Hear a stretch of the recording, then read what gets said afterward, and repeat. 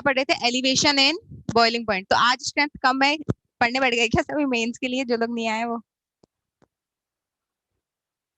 क्यों, 1:15 का ही तो टाइम होता है। नहीं नहीं, मैं तो हमेशा टाइम पे ही आती हूँ, 1:15 पे ही तो आ रही हूँ मैं, जब से आपकी फर्स्ट से ही मैं 1:15 पे आती हूँ एग्जैक्ट। 5 मिनट भी लेट नहीं होती हूँ, 5 मिनट।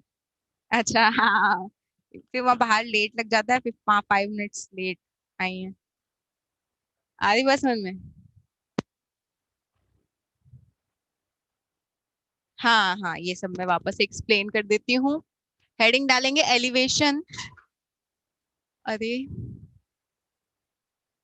एलिवेशन इन, अरे मार्कर भी पता नहीं कैसे दिए हैं आज इन्होंने। Elevation in boiling point,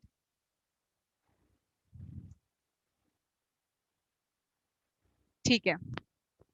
elevation in boiling point की बात कर रहे थे हम, दो कंडीशंस मैंने बताई थी, चारों की चारों कोलिगेटिव प्रॉपर्टीज को कैलकुलेट करते टाइम हमारी दिमाग में रखनी है कि सॉल्यूशन डाइल्यूट होना चाहिए, और दूसरा नॉन वोलेटाइल सॉल्यूट होना चाहिए। क्या होना चाहिए, नॉन वोलेटाइल सॉल्यूट होना चाहिए। तो मैंने आपको बताया था कल, ग्राफ बताया था, तो सबसे पहले मैंने आपको बताया था बॉइलिंग पॉइंट। बॉइलिंग पॉइंट की डेफिनेशन क्या होती है, बॉइलिंग पॉइंट वो टेम्परेचर होता है ना, जिस पे जो वेपर प्रेशर है वो किसके बराबर हो जाए, एटमॉस्फेरिक प्रेशर के बराबर।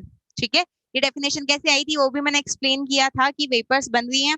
वेपर्स कब बनेंगी, जब जो एटमॉस्फेरिक प्रेशर है, जो उस पे जो प्रेशर लग रहा है, जब वो वेपर्स का जो प्रेशर है अगर उसके इक्वल, जस्ट इक्वल या उससे ज्यादा है, तो वही ऑब्वियस सी बात है वो वेपर हो जाएगा, है ना। मतलब जस्ट जैसे इक्वल होता है, किसके इक्वल होता है, एटमॉस्फेरिक प्रेशर के, है ना। तो उसको हम क्या बोलते हैं, बॉइलिंग पॉइंट, उस टेम्परेचर को। तो यहाँ पे मैंने आपको ग्राफ प्लॉट करके भी बताया था कि इस टाइप से ही टेम्परेचर वर्सेस वेपर प्रेशर का ग्राफ इस तरह से बना था। फिर यहाँ पे मैंने आपको बताया था कि इस ग्राफ में सपोज ये क्या है, 1 atm है ना, एटमॉस्फेरिक प्रेशर। अब ये वाला ग्राफ किसके लिए है, ये वाला ग्राफ किसके लिए है, प्योर सॉल्वेंट के लिए है। किसके लिए है, प्योर सॉल्वेंट। उसके बाद अगर मैं सॉल्यूशन के लिए ग्राफ बनाऊं, तो सॉल्यूशन के लिए आपको पता ही है कि सॉल्यूशन में वोलेटाइल और नॉन वोलेटाइल दोनों के मॉलिक्यूल्स होंगे सरफेस पे, है ना। तो अब यहाँ पे आपको ज्यादा टेम्परेचर देना पड़ेगा उसको वेपराइज करने के लिए, ठीक है। तो अब अगर मैं यहाँ पे 1 atm की बात करूं, 1 atm पे यहाँ पे इन्हीं के अकॉर्डिंग दो टेम्परेचर निकल के आएंगे, ठीक है। यहाँ पे देखो दो टेम्परेचर आपके निकल के आएंगे, दो टेम्परेचर की वैल्यूज आएंगी, ये टेम्परेचर है, ठीक है। यहाँ पे अगर मैं प्योर सॉल्वेंट की बात करूं तो यहाँ पे क्या हो जाएगा, टीबी नॉट। और अगर मैं वेपर प्रेशर किसकी बात करूं, सॉल्यूशन की, वेपर प्रेशर किसकी, सॉल्यूशन की, तो वो क्या हो गया, टीबी। अब आप देखो पहले सॉल्वेंट का टीबी नॉट था, जैसे ही हमने नॉन वोलेटाइल सॉल्यूट उसमें ऐड किया तो क्या हुआ, एलिवेशन हो गया, इसमें बॉइलिंग पॉइंट में, ठीक है। तो यही बात ये ग्राफ से आपको समझ में आ गई होगी कि क्या हो रहा है, एलिवेशन इन बॉइलिंग पॉइंट। तो हम यहाँ पे एलिवेशन इन बॉइलिंग पॉइंट को डेल्टा टी से रिप्रेजेंट करेंगे। ध्यान रखना, जब भी आप क्वेश्चन करोगे तो आपको फिर वहां क्वेश्चन में अपना कॉमन सेंस यूज करना पड़ेगा कि कौन सा आपका सॉल्यूशन का बॉइलिंग पॉइंट है, कौन सा आपका प्योर सॉल्वेंट का बॉइलिंग पॉइंट गिवन है, कौन सा आपको एलिवेशन इन बॉइलिंग पॉइंट दे रखा है, ठीक है। ये तीनों तीनों टी टी टी में आपको डिफरेंस पता होना चाहिए। उसके बाद आपको पता ही है डेल्टा टी क्या लिखोगे, टीबी माइनस टीबी नॉट, ठीक है। उसके बाद में ये देखा गया कि भाई डेल्टा टी जो है वो डायरेक्टली प्रोपोर्शनल है किसके, मोललिटी के, ठीक है। मोललिटी के क्या होता है, डायरेक्टली प्रोपोर्शनल होता है। उसके बाद में डेल्टा टी को आप क्या लिख सकते हो, के बी इंटू एम। क्या लिखोगे, delta T is equals to K B into M. M ध्यान में रखना, एम क्या है, मोललिटी है, ठीक है। मोललिटी की डेफिनेशन आपको पता ही है, बताया था ना, number of moles of solute present in one 1 kg of solvent, 1 kg of solvent. याद रखना कि आपको डिवाइड में सॉल्वेंट का क्या लिखना है, मास लिखना है, ठीक है। यहाँ वॉल्यूम नहीं लिखना है, 1 kg ऑफ सॉल्वेंट, और मास जो होगा वो सॉल्वेंट का होगा और किस में होगा, केजी में होगा, ठीक है। अगर ग्राम में दे रखा है तो मल्टीप्लाई बाय 1000 कर देना, ठीक है। उसके बाद ये क्या है, मोलल एलिवेशन कांस्टेंट, ठीक है। ये लिख लो, और फिर उसके बाद में मैं कुछ इसके बारे में लिखवाऊंगी, वो point by point note down कर लो, फिर इस पे न्यूमेरिकल करेंगे अभी हम। जल्दी से नोट डाउन कर लो, उसके बाद में कुछ न्यूमेरिकल भी करवाऊंगी, ये नोट डाउन कर लो, उसके बाद कुछ पॉइंट्स लिख लो इसमें, पॉइंट्स बना के।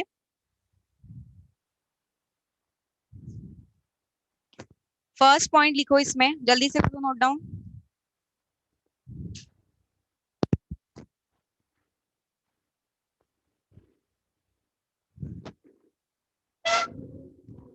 फर्स्ट पॉइंट बना के लिखो इसमें, the temperature at which the temperature at which the temperature at which vapor pressure of liquid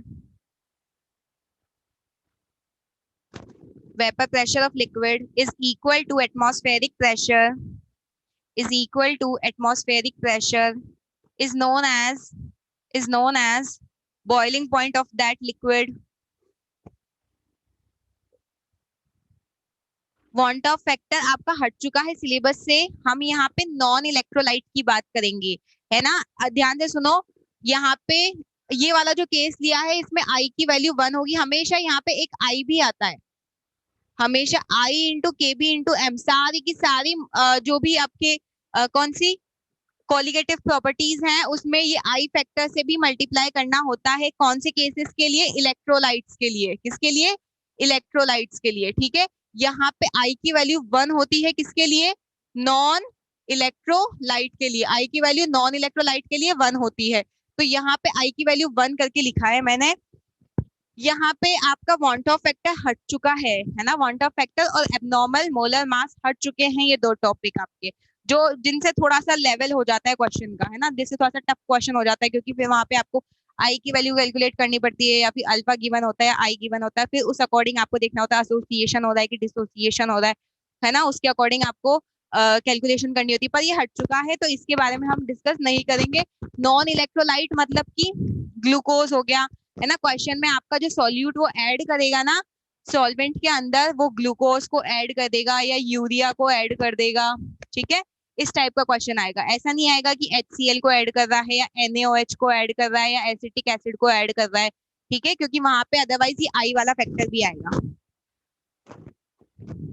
तो लिखेंगे इसमें,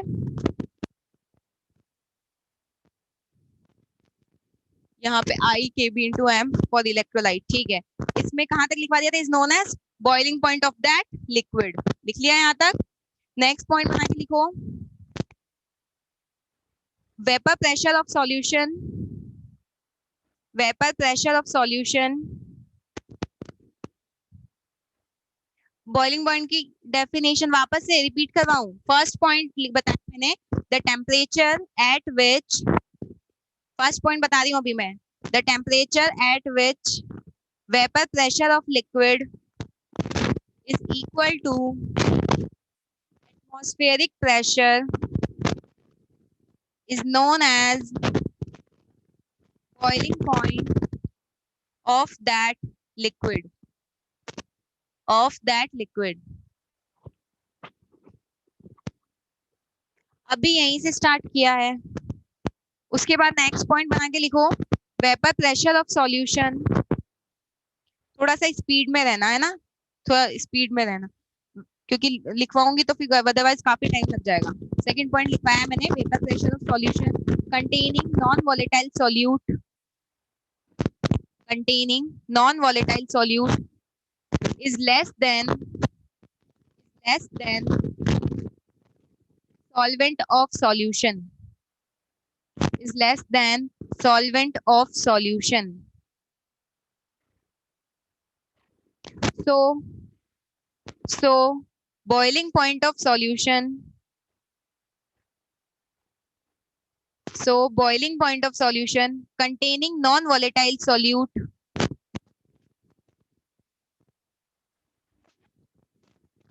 is greater than boiling point of solvent, is greater than boiling point of solvent of solution,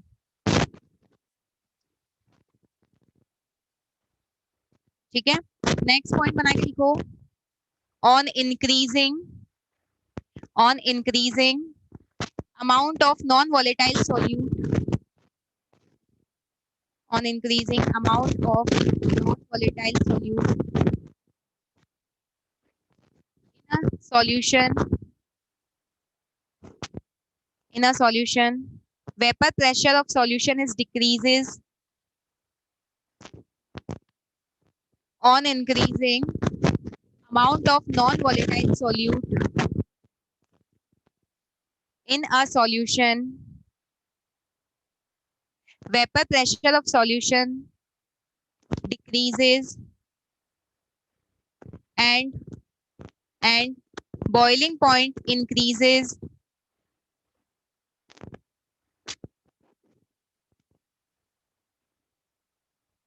That's why that's why we call it that's why we call it elevation in boiling point.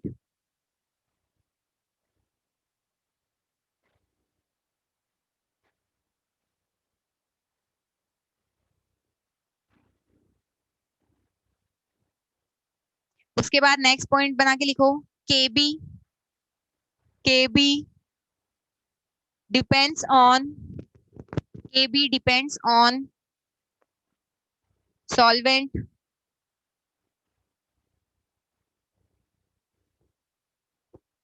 and also and also known as and also known as ebullioscopic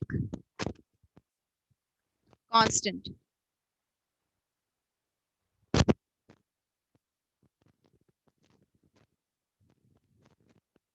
next point बना के लिखो unit of केबी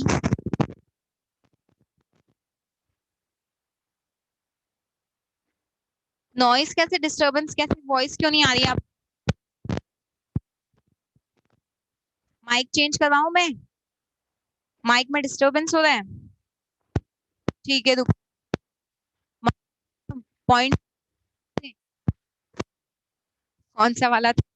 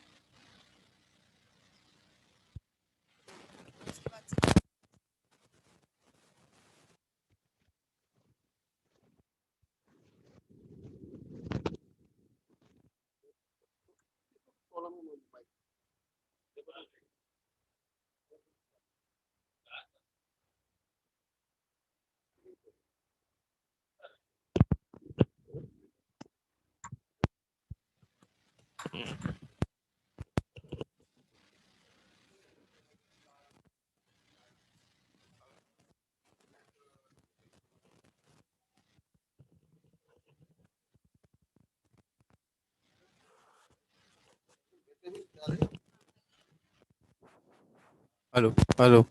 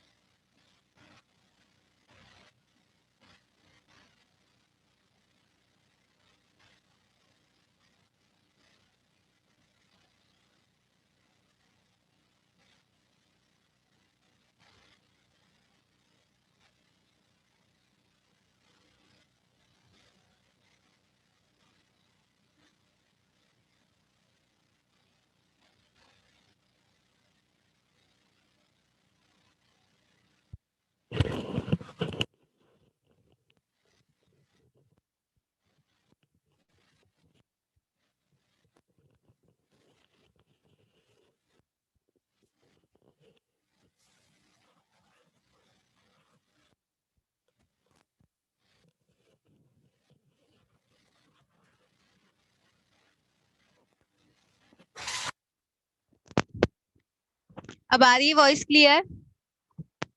आपको तो पहले ही आ रही थी। अब आ रही वॉइस क्लियर? हाँ हाँ हाँ, यूनिट के बारे में भी डिस्कस करेंगे अभी हम। ठीक है, वॉइस क्लियर है। पॉइंट थर्ड जो नोट डाउन नहीं किया था वो लिख लो। ऑन इंक्रीजिंग अमाउंट ऑफ का फास्ट लिखना।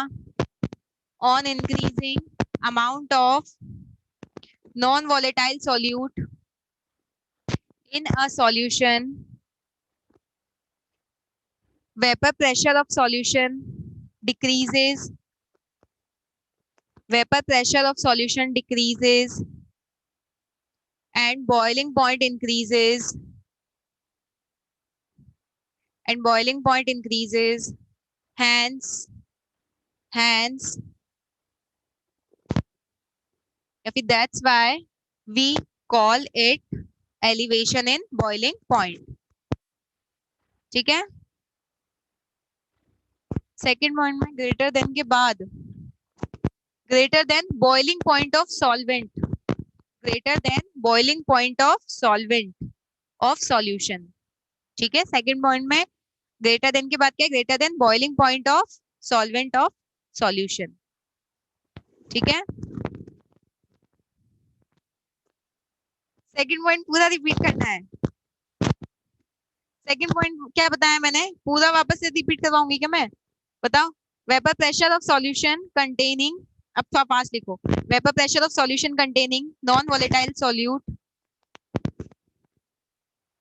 इज लेस देन, वापस से डिस्टर्बेंस हो रहा है क्या? देखो कोई बात नहीं, अब ये सेकंड पॉइंट वगैरह ठीक है। अब आवाज सही आ रही है या फिर नहीं आ रही है, बताओ पहले मुझे।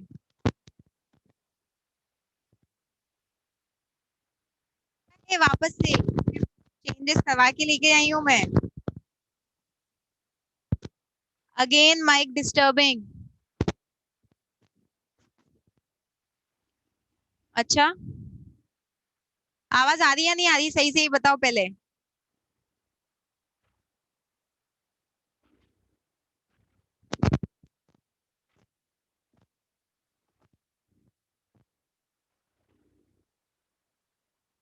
अच्छा, बीच बीच में कट जाता।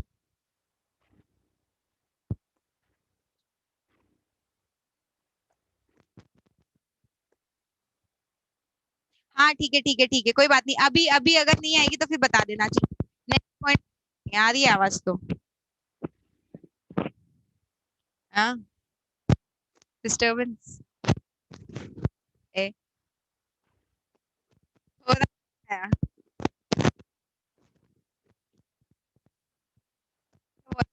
तो बीच में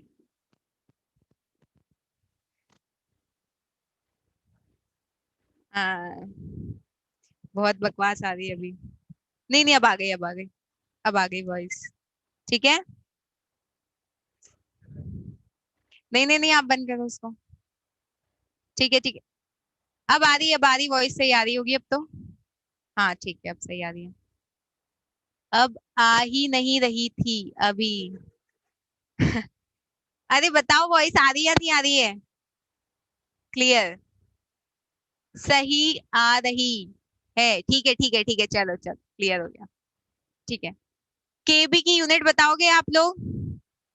हाँ, फिफ्थ पॉइंट। कोई बात नहीं, अब एक दो स्टूडेंट ही रहे होंगे, उनके लिए बाद में सबसे लास्ट में रिपीट करवा देंगे। नेक्स्ट लिखो आप, यूनिट ऑफ केबी। केबी की यूनिट बताओ क्या होगी? केल्विन केजी पर मोल। ठीक है, ये यूनिट हो गई। क्वेश्चन लिखो इस पे। हाँ, और एक वैल्यू भी लिख लो, केबी फॉर वाटर। केबी जो होता है वो सॉल्वेंट पे डिपेंड करता है, और केबी जो होता है वो वाटर का होता है 0.52, 0.52 केल्विन केजी पर मोल। ठीक है, 0.52 होता है। उसके बाद में क्वेश्चन लिखो अब इस पे।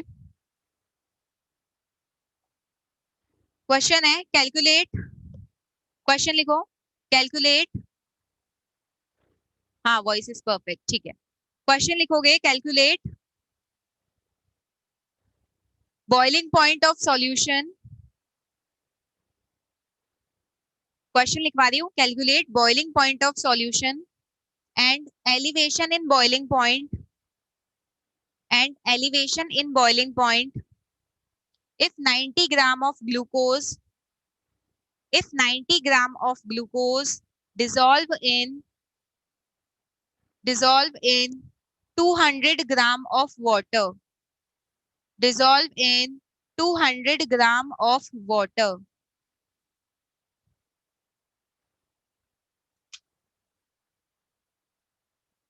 बताओ आंसर, फॉर्मूला लगाओ, क्या क्या गिवन है वो लिखो। सबसे पहला फर्स्ट स्टेप क्या लिखोगे, क्या क्या गिवन है आपको। वापस से क्वेश्चन, हाँ प्योर सॉल्वेंट में, प्योर सॉल्वेंट मतलब टीबी नॉट किसका रहेगा, वाटर का रहेगा। करो सबसे पहले तो वो फॉर्मूला लगाओ, delta T is equals to K B into M. K B किसका रहेगा, वाटर का रहेगा इसमें। के बी अभी बताया 0.52 होता है वाटर के केस में, 0.52 होता है वाटर के केस में, 0.52 केल्विन केजी पर मोल। तो के बी आपको पता है, मोलरिटी निकाल लो तो डेल्टा टी आ जाएगा। उसके बाद में आपको एक तो डेल्टा टी कैलकुलेट करना है और एक क्या कैलकुलेट करना है, boiling point of solution calculate करना है। ध्यान रखना केल्विन में आंसर होना चाहिए आपका।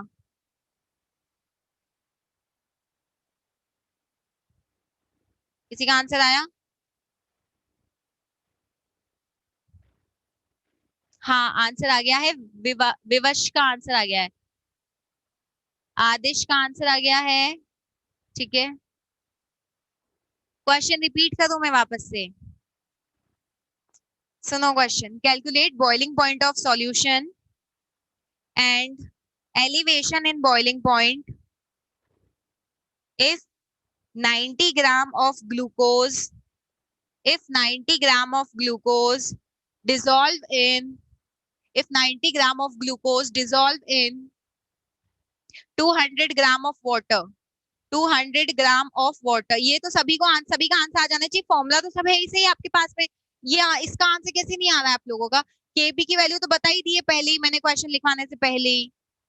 आंसर इसका होगा डेल्टा टीबी आएगा 1.3 केल्विन और जो टीबी है वो आएगा 374.3। समझ गए, आगे आंसर, ठीक है। कैसे सॉल्व करेंगे इसको, आप लोगों को क्या क्या गिवन है, एक तो दे रखा है आप लोगों को 90 ग्राम ऑफ ग्लूकोज मतलब मास ऑफ सॉल्यूट। आंसर देख लो कैसे रिप्रेजेंट करोगे, मास ऑफ सॉल्यूट कितना है 90 ग्राम। उसके अलावा और क्या दे रखा है आपको, हाँ मास ऑफ सॉल्वेंट दे रखा है। देखो किसी को समझ में नहीं आया ना ये मास है कि क्या है, यूनिट से चेक कर लिया करो, है ना, यूनिट लीटर में है कि ग्राम में है, उससे पता चल जाएगा मास है कि वॉल्यूम है। आपको यहाँ पे दे रखा है 200 ग्राम, ठीक है। उसके बाद में आपको पता है कि डेल्टा टीबी किसके बराबर होता है, केबी इंटू एम के बराबर होता है। केबी आपको वाटर के लिए पता ही है 0.52 और यहाँ पे मोलरिटी है, मोलरिटी मतलब moles of solute, moles of solute मतलब mass of solute divide by molar mass of solute. तो यहाँ पे किसका molar mass of glucose C6H12O6 होता है, 180 निकल के आ जाएगा यहाँ से, 180 यूनिट। यहाँ पे क्या रखोगे 180 divide by mass upon molar mass divide by mass of solvent into, समझ रहे हो, किलोग्राम में चेंज कर दिया, आपका डेल्टा टीबी 1.3 केल्विन आ जाएगा यहाँ से। उसके बाद में ये बात ध्यान में रखना कि delta TB TB TB minus TB naught था या टीबी नॉट माइनस टीबी था, ये ध्यान में रखना, क्योंकि अभी टीएफ की जब कैलकुलेशन करेंगे ना तब डेल्टा टीएफ अलग होता है। तो ये ध्यान में रखना कि यहाँ पे टीबी ज्यादा है, टीबी नॉट कम है, ठीक है। अब यहाँ पे आपको डेल्टा टीबी तो 1.3 दे रखा है, टीबी आपको निकालना है माइनस, ये कितना होगा 373 केल्विन, है ना, 100 डिग्री सेंटीग्रेड होता है वाटर का बॉइलिंग पॉइंट, ठीक है। तो मतलब कि 373.15 भी आएगा यहाँ पे, 0.15 भी अगर आपको और कैलकुलेशन करनी है तो लिख लेना, ठीक है। तो टीबी कितना आ जाएगा आपका 374.3 केल्विन, ठीक है। इतना बहुत तो चलता है, अगर आपने कैलकुलेशन करने में थोड़ा सा 273.15 को मतलब 273 लिख दिया है तो वो तो कोई दिक्कत नहीं है, तो मैं मतलब वो ऐड करते हैं ना डिग्री सेंटीग्रेड को कन्वर्ट करने के लिए 273.15, तो वो आपके ऊपर है, करोगे तो और भी बढ़िया, नहीं करोगे तो आपके ऊपर है। नेक्स्ट क्वेश्चन लिखो।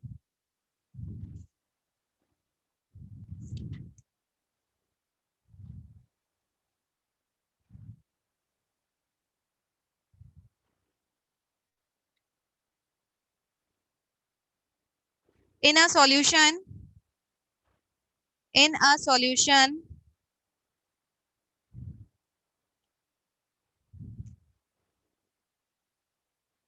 3.3 gram of non volatile solute.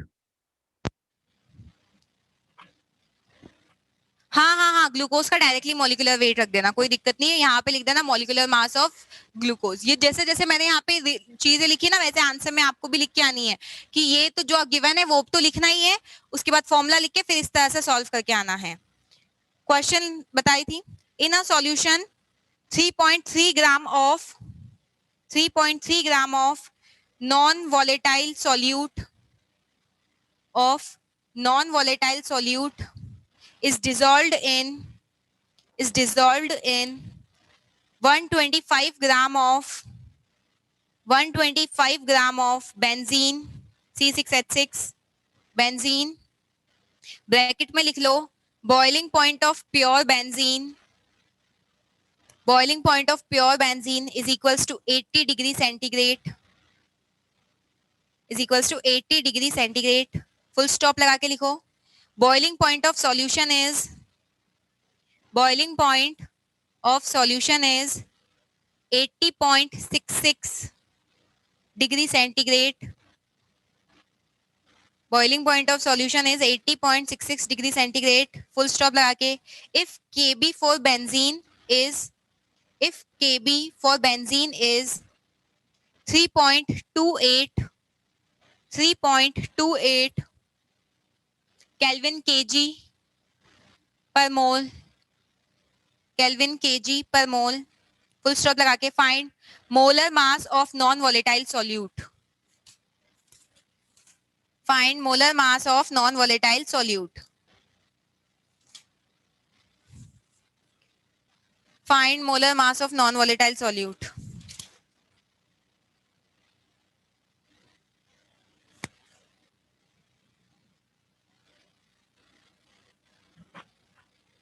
सी का आंसर आया? अरे अभी लिखने तो दो मैम, कितनी भी क्या जल्दी कैलकुलेशन कैसे कर सकते हैं हम। इजी है, अभी इजी तो करके बता दो। अभी फ्रीजिंग पॉइंट में तो थोड़ा सा टफ क्वेश्चन लेंगे, एनसीईआरटी के क्वेश्चंस लेंगे फ्रीजिंग पॉइंट में, तो फिर करके बताना। हाँ, आदिश का आंसर आ गया है और आंसर जो है वो बिल्कुल सही है। और किसी का आया?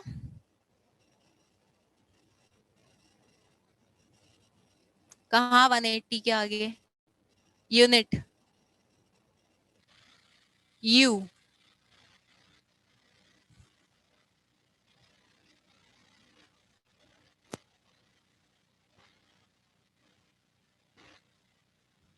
हाँ, और किसी का आया आंसर? चेक करो दोबारा। 0.15। No no. हाँ 131 पॉइंट, हाँ 0.2, 131.2। सभी का आ गया?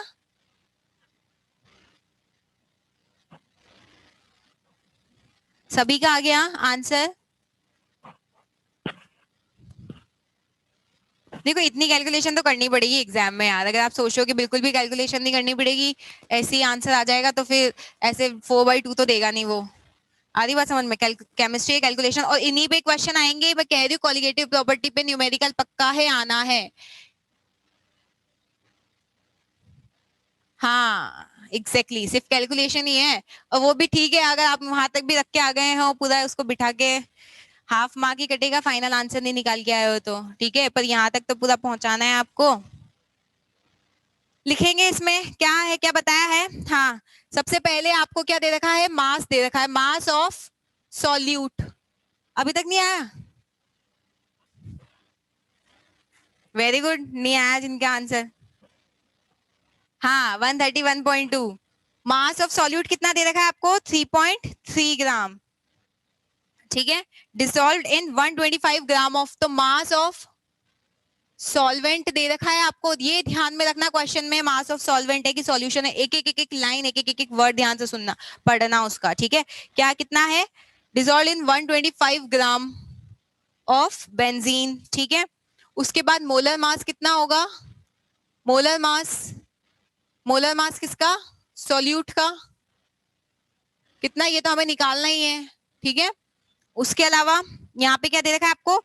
Boiling point of solution given है और boiling point of pure benzene given है। मतलब delta T is equals to, आपको पता है टीबी माइनस टीबी नॉट है ना। अब आपको यहाँ पे ये कितना दे रखा है? 80.66। ठीक है, माइनस यहाँ पे कितना दे रखा है? 80, तो यहाँ पे कितना आ जाएगा? 0.66 केल्विन या डिग्री सेंटीग्रेड, दोनों में एक ही बात होती है भाई। डिफरेंस जो होता है वो तो केल्विन, इसको आप केल्विन में कन्वर्ट करते, इसको भी केल्विन में कन्वर्ट करते, फिर आंसर आता, तो वो तो यही आता। डिफरेंसेस हमेशा यही होता है। ठीक है ना, दो टेम्परेचर का उसका डिफरेंस निकालोगे तो डिग्री सेंटीग्रेड में केल्विन में जैसे भी रहेगा। उसके बाद delta T B is equals to K B into M. उसके बाद डेल्टा टी बी की वैल्यू रख दो। के बी आपको क्वेश्चन में कितना गिवन था? 3.28। एम आपको पता है mass upon 3.3, mass upon molar mass divide by 125 into 1000, कितना आएगा यहां से? 131.2 ग्राम। ठीक है, समझ गए? इस टाइप से क्वेश्चन आएगा, कर दोगे एग्जाम में? ठीक है, इसी टाइप से क्वेश्चन आया था पहले भी, है ना। बोर्ड का पेपर लास्ट ईयर वाला भी देखना, उसमें भी क्वेश्चन है। अब नेक्स्ट हम पढ़ते हैं डिप्रेशन इन फ्रीजिंग पॉइंट। बहुत ही इंपॉर्टेंट है, 2-3 क्वेश्चन करवाऊंगी मैं इस पे। डिप्रेशन इन फ्रीजिंग पॉइंट,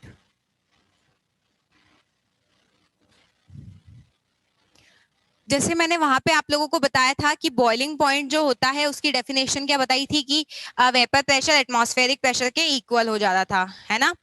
वैसे ही यहाँ पे फ्रीजिंग पॉइंट की डेफिनेशन, फ्रीजिंग पॉइंट मतलब फ्रीजिंग पॉइंट की क्या है definition?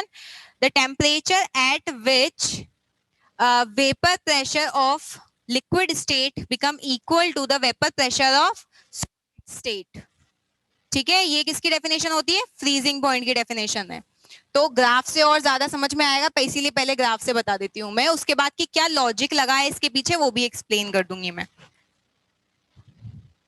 Vapour pressure versus temperature, आपको पता है, ये तो चीज सबको पता होगी भाई। वेपर प्रेशर जो है वर्सेस टेम्परेचर का कर्व इसी तरह से बनेगा, है ना। और दूसरा वाला कर्व भी हमने इसी तरह से बनाया था। यहाँ पे ये किसका था?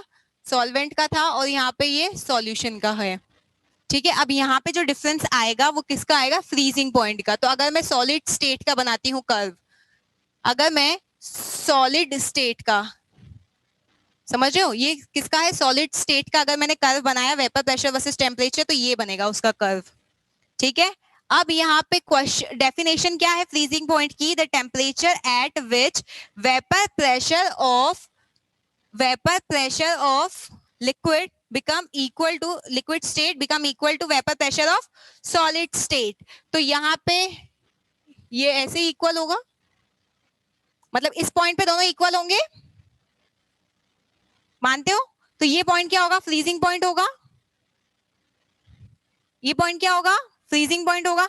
जब इनके, अरे ये वेपर प्रेशर जो है वो किसका? सॉलिड स्टेट का, इसके किसके इक्वल हो जाएगा? Vapour pressure of liquid state. ठीक है, तो फिर हमारे पास कौन से यहाँ पे दो टर्म्स आएंगे? फ्रीजिंग पॉइंट आएगा। अब यहाँ पे बताओ मुझे, यहाँ पे क्या है? प्योर सॉल्वेंट है, तो यहाँ पे TF नॉट आएगा, और यहाँ पे क्या आएगा? TF। अब TF ज्यादा है कि TF नॉट ज्यादा है? TF नॉट ज्यादा है। तो मतलब यहाँ पे जब आपने सॉल्यूशन की बात कर रहे हो, मतलब नॉन वोलेटाइल सॉल्यूट की बात कर रहे हो, तो यहाँ पे क्या हुआ है? डिप्रेशन हुआ है। डिप्रेशन इन फ्रीजिंग पॉइंट, मतलब पहले जो फ्रीजिंग पॉइंट था उससे कम हो गया है, जबकि अभी इससे पहले वाले केस में हम देखा था उसके ज्यादा हो गया था, एलिवेशन हो गया था। इसीलिए यहाँ पे हमने क्या बोला है इसको? Depression in freezing point. Clear हो गई ये बात? यहाँ तक समझ रहे हो? मतलब कि आप इसको इस तरह से समझ सकते हो कि अगर जैसे आपने वाटर है, वाटर के अंदर कोई non volatile solute like sodium chloride आपने उसमें ऐड कर दिया, ठीक है, तो पहले वाटर का जो फ्रीजिंग पॉइंट था वो 0 डिग्री पे वो फ्रीज हो रहा था। अब उससे भी कम टेम्परेचर चाहिए होगा, समझ रहे हो, मतलब आपको -2 -3 पे जाना पड़ेगा, समझ रहे हो, यहाँ पे फ्रीजिंग पॉइंट और कम हो जाएगा, वहां पे इंक्रीज हो जाता था, यहाँ पे फ्रीजिंग पॉइंट क्या हो जाएगा और कम हो जाएगा। क्लियर हो गई ये बात सबको? एक्चुअल में क्या होता है ना कि देखो, फ्रीजिंग पॉइंट का आप इस तरह से समझ सकते हो, हमेशा हमने ये सुना है कि फ्रीजिंग पॉइंट मतलब कि वॉल्यूम जो है वो कम हो जाता है लिक्विड का, है ना, तो हम बोलते हैं कि हाँ भाई फ्रीजिंग पॉइंट। पर वाटर के केस में तो अलग होता है, वाटर तो एक्सपेंड होता है फ्रीज होने पे। तो यहाँ पे ये बात होती है कि इसको इस तरह से डेफिनेशन को भी ले सकते हो आप कि जो फ्रीजिंग में क्या होता है कि एक रेगुलर अरेंजमेंट में जो मॉलिक्यूल्स है वो अपने आप को अरेंज कर लेते हैं, है ना, लेकिन जब आप उसमें नॉन वोलेटाइल सॉल्यूट क्या करते हो, ऐड करते हो, तो वो क्या करते हैं, उनकी जो रेगुलरिटी है उसको डिस्टर्ब कर देते हैं, है ना, तो वो आपको और टेम्परेचर कम करना पड़ेगा कि वो वापस से वो क्या हो जाए, जो हमारा सॉल्यूशन है वो क्या हो जाए, फ्रीज हो जाए। क्लियर हुई बात? इसको इस तरह से भी ले सकते हो आप कि हाँ मतलब ऐसा होता है कि जब फ्रीज होते हैं ना तो मॉलिक्यूल्स एक अपने आप को एक रेगुलर एक पैटर्न में क्या कर देते हैं, अरेंज कर लेते हैं, है ना, लेकिन जब आपने उसमें नॉन वोलेटाइल ऐड कर दिया तो वहां पे नॉन वोलेटाइल के भी मॉलिक्यूल्स होंगे, नॉन वोलेटाइल सॉल्यूट के भी मॉलिक्यूल्स होंगे जो कि उसको फ्रीज होने में क्या कर रहे हैं, डिस्टर्ब कर रहे हैं, ठीक है, तो इस वजह से फ्रीजिंग पॉइंट क्या हो जाएगा, कम हो जाएगा। क्लियर हुई ये बात? तो यहाँ पर जो हम डेल्टा टी एफ लिखेंगे वो क्या लिखेंगे, T F not minus T F, ये ध्यान में रखना, यहां पे मत कंफ्यूज हो जाना, समझ रहे हो, यहाँ पे मत कंफ्यूज हो जाना, आपको ये बात पता होनी चाहिए कि डेल्टा टी एफ क्या होगा, T F not minus T F, क्योंकि यहाँ पे क्या है, टी एफ नॉट ज्यादा है, टी एफ कम है, ठीक है। सिमिलरली यहाँ पे भी वही करोगे, टी एफ किसके बराबर होगा, K F into M, M molality, ठीक है, और यहाँ पे ये क्या होगा, वहां पे एलिवेशन कांस्टेंट था, यहाँ पे डिप्रेशन कांस्टेंट, ठीक है। वैसे ही इसकी यूनिट के बारे में डिस्कस करेंगे, ग्राफ बना लो। क्या बेटा 1000 से इसलिए मल्टीप्लाई किया क्योंकि हमें मास ग्राम में दे रखा है, जबकि हमें मोललिटी जब कैलकुलेट करते हैं तो डिवाइड में मास जो होना चाहिए वो किलोग्राम में होना चाहिए, ठीक है, इसीलिए 1000 से मल्टीप्लाई करना पड़ा है हमें। अगर आपको मास, हाँ क्या पिए, यहाँ पे देखो ना, सॉल्वेंट का सॉल्यूशन का, तो यहाँ पे सॉल्वेंट का हमेशा ध्यान रखो, प्योर सॉल्वेंट की बात करूंगी तो नॉट लगाऊंगी ऊपर, ठीक है, जब भी प्योर सॉल्वेंट की बात करूंगी तो नॉट लगाऊंगी, और बिना नॉट के लिख रही हूँ मतलब वो सॉल्यूशन की बात कर रहा है, और डेल्टा टीएफ मतलब वो चेंज की बात कर रहा है।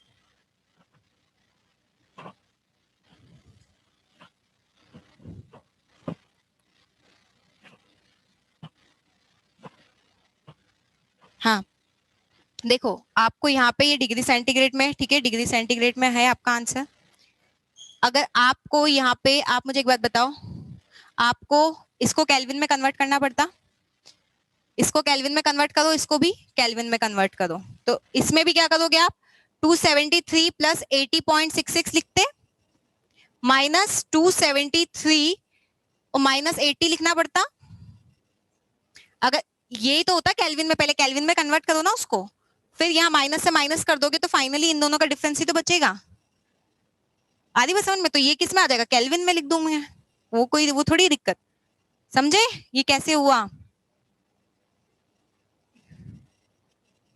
हाँ नहीं नहीं नहीं वही, आधी बात समझ में, ये इस तरह से हुआ है क्योंकि टेम्परेचर का जो डिफरेंस है ना वो चाहे डिग्री सेंटीग्रेड में हो या केल्विन में हो सेम होता है, ठीक है, टेम्परेचर का डिफरेंस, बाकी वैल्यू तो अलग अलग होती है। तो ये नोट डाउन कर लिया आप लोगों ने, जिनको ये समझ में नहीं आता हमेशा ध्यान में रखना टेम्परेचर केल्विन में ही होगा आपका, ठीक है, लेकिन जो डिफरेंस है वो आप रख सकते हो डायरेक्टली।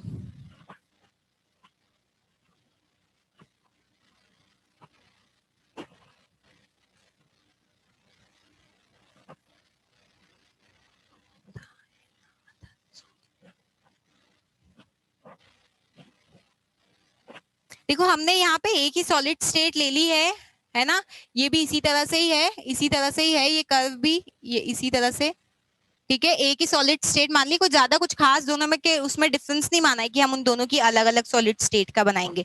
ठीक है, ये जो ग्राफ है बस यही ग्राफ गिवन मिलेगा आपको, जहां पे भी आप देखोगे बुक्स में, रेफरेंस बुक्स में ये ग्राफ देखने को मिलेगा, तो आपको ये ग्राफ को किस तरह से रीड करना है वो बता दिया मैंने। ग्राफ बहुत कम चांसेस है कि आपसे ग्राफ पूछा जाएगा।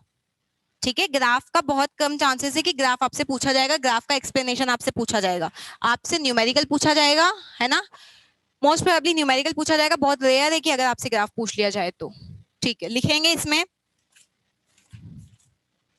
द टेम्परेचर, पॉइंट बना के, फर्स्ट पॉइंट बना के लिखो द टेम्परेचर, थोड़ा सा फास्ट लिखना, the temperature at which solid at which vapor pressure of liquid state, the temperature at which vapor pressure of liquid state, the temperature at which vapor pressure of liquid state become equal to vapor pressure of solid state। मतलब इतना धीरे धीरे लिखते हैं, फिर वहाँ mains वाले students तो बहुत फास्ट फास्ट लिखते हैं यार, है कि नहीं, वहां पे तो बहुत जल्दी जल्दी लिखवाते हैं। वही तो, कितना फास्ट बोलते हैं वहां पे तो फैकल्टीज, आप इतना धीरे धीरे कैसे कैसे लिख लेते हो, मतलब मुझे तो ये चीज समझ में नहीं आती है। हाँ अच्छा बताओ, सच बात बताओ, वहां पे तो बहुत फास्ट बोल के जल्दी जल्दी बोलते हैं ना, वहां पे तो आपको स्पीड में रहना चाहिए, वहां पे तो एकदम जल्दी जल्दी जल्दी जल्दी लिखते हैं। अच्छा, साल भर का अगर 2 महीने में अगर आपको ना कंप्रेस कर दिया हो तो बस फिर तो आपको, समझ रहे हो। अच्छा, वो तो है ना कि अब साल भर से कुछ लिखा नहीं है, एबीसीडी लिखना भूल गए हैं हम। हाँ, तो बस अब धीरे धीरे लिखते रहते हैं। अगर वो फ्लो ही रहता ना तो फिर जल्दी जल्दी जल्दी लिख लेते हैं, पर अब धीरे धीरे। ठीक है, बिल्कुल।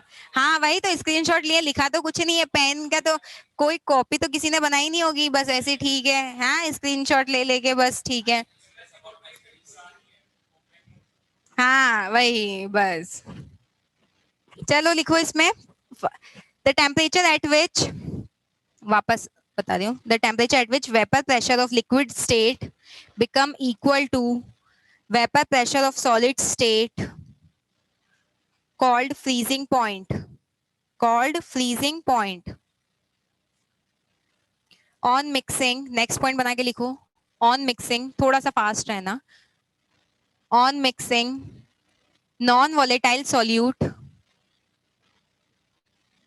सेकेंड पॉइंट बता रही हूँ, on mixing non volatile solute in solvent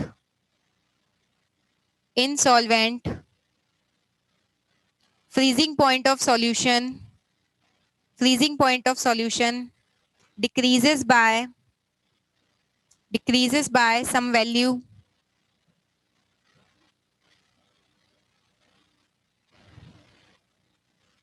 hence we call it depression in freezing point.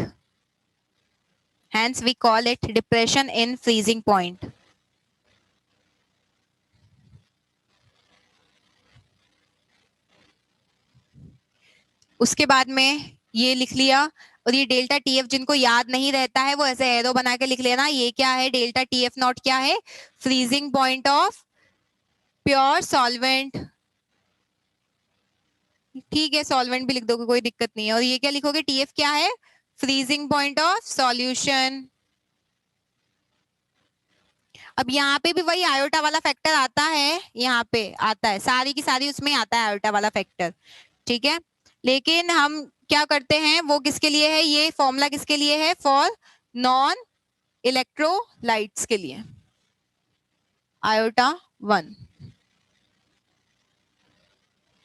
ठीक है, उसके बाद में नेक्स्ट पॉइंट लिखो, के एफ भी लिख लो, मोलल डिप्रेशन कांस्टेंट, और यूनिट ऑफ के एफ क्या हो जाएगी, वही सेम है ना, के एफ की यूनिट ऑफ के एफ केल्विन केजी पर मोल। ठीक है,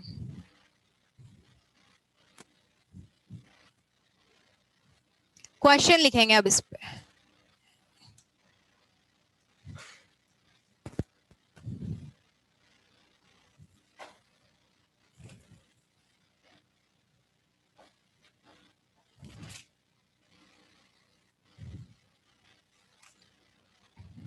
a 5% solution,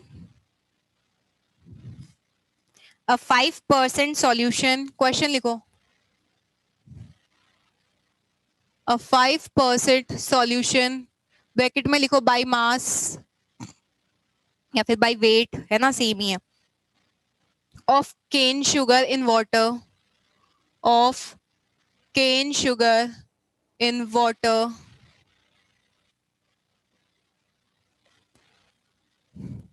has freezing point of,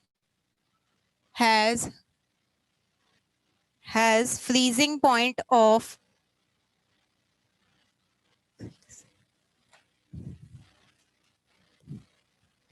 has freezing point of 271 Kelvin, 271 Kelvin, full stop लगा के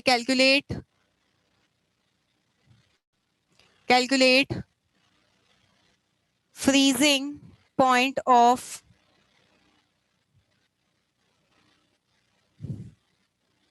5% glucose in water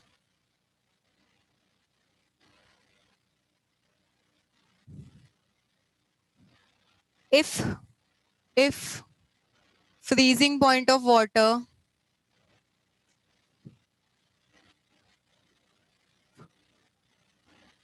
is 273.15 Kelvin. करो कैलकुलेट सारा। केन शुगर का पता है ना आपको, मोलर मास क्या होता है? अरे पहले इसका मॉलिक्यूलर फॉर्मूला क्या होता है केन शुगर का? C12H22O11। अब कैलकुलेट कर लेना। सुक्रोज,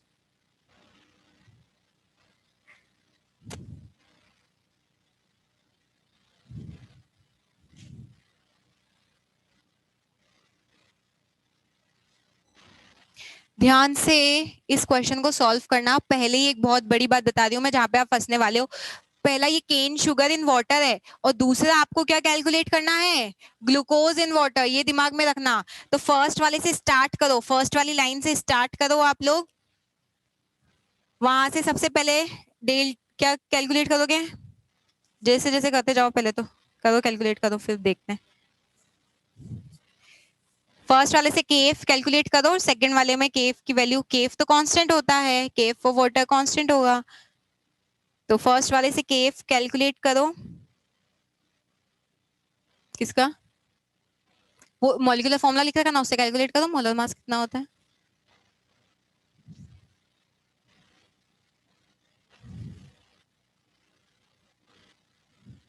आपको गिवन होगा, ठीक है। अगर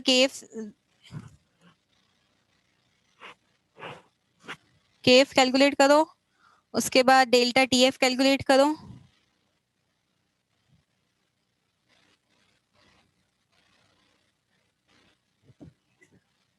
इस ज्यादातर थ्योरी जो है ना, वो ideal non ideal solution, azeotropic mixture theory वाले टॉपिक है ना, और पॉजिटिव नेगेटिव डेविएशन, ये थ्योरी है इस चैप्टर की ऑल अबाउट। वो थ्योरेटिकल में आएंगे, उन पे तो थ्योरी वाले थ्योरी लिख के आनी है पूरी, वहां पे नहीं न्यूमेरिकल वगैरह कुछ नहीं आएगा। थ्योरी ग्राफ वगैरह जो बताया वो ड्रॉ कर देना, और बाकी केस अगर उन्होंने दे दिया स्पेसिफिकली तो उसको एक्सप्लेन कर देना। करो कैलकुलेट, स्टार्टिंग से करो। स्टार्टिंग से मतलब आपको 5% सॉल्यूशन बाय मास दे रखा है, तो सबसे पहले क्या क्या गिवन है वो लिखो चीजें। मास ऑफ सॉल्यूट है, मास ऑफ सॉल्यूशन है आपके पास में। उसके बाद में आपको तो मोलालिटी कैलकुलेट करो। मोलालिटी के बाद में डेल्टा टी केएफ कैलकुलेट करो। करो कैलकुलेट।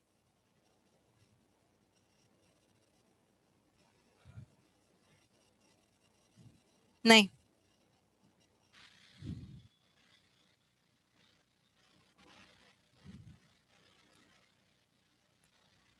एनसीईआरटी का क्वेश्चन है, पूछा गया क्वेश्चन है ये।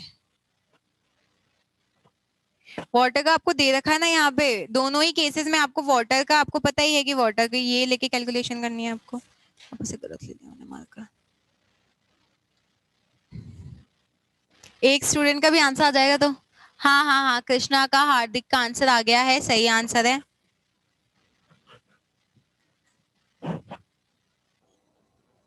कृष्णा हार्दिक का आंसर आ गया है।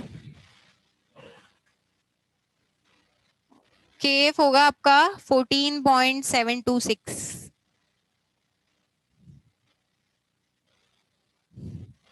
करो कैलकुलेट, ऐसे ही क्वेश्चन आएगा पेपर में और ये पूछा गया क्वेश्चन है बोर्ड में। अभी थोड़ा सा क्वेश्चन घुमा दिया तो हम घूम गए, हमें तो बस ये पता है कि हाँ हम तो बस इतना जानते हैं कि केएफ रख देंगे, मोलरिटी रख देंगे, डेल्टा टीएफ पूछ लिया तो वो कर देंगे। हाँ, अब यहाँ पे भी तो वही करना है, दो क्वेश्चन मर्ज करके दे रखे हैं यहाँ पे आपको, और क्या दे रखा है। हाँ, अब आगे कैलकुलेट करो।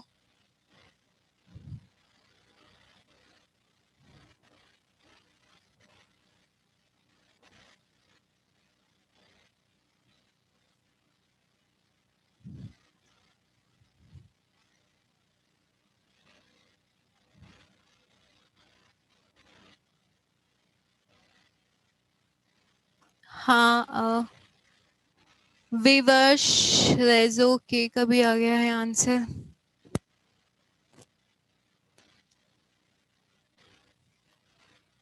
ठीक है, मैं बता देती हूँ। ठीक है मैं बता देती हूँ। आया किसी का आंसर?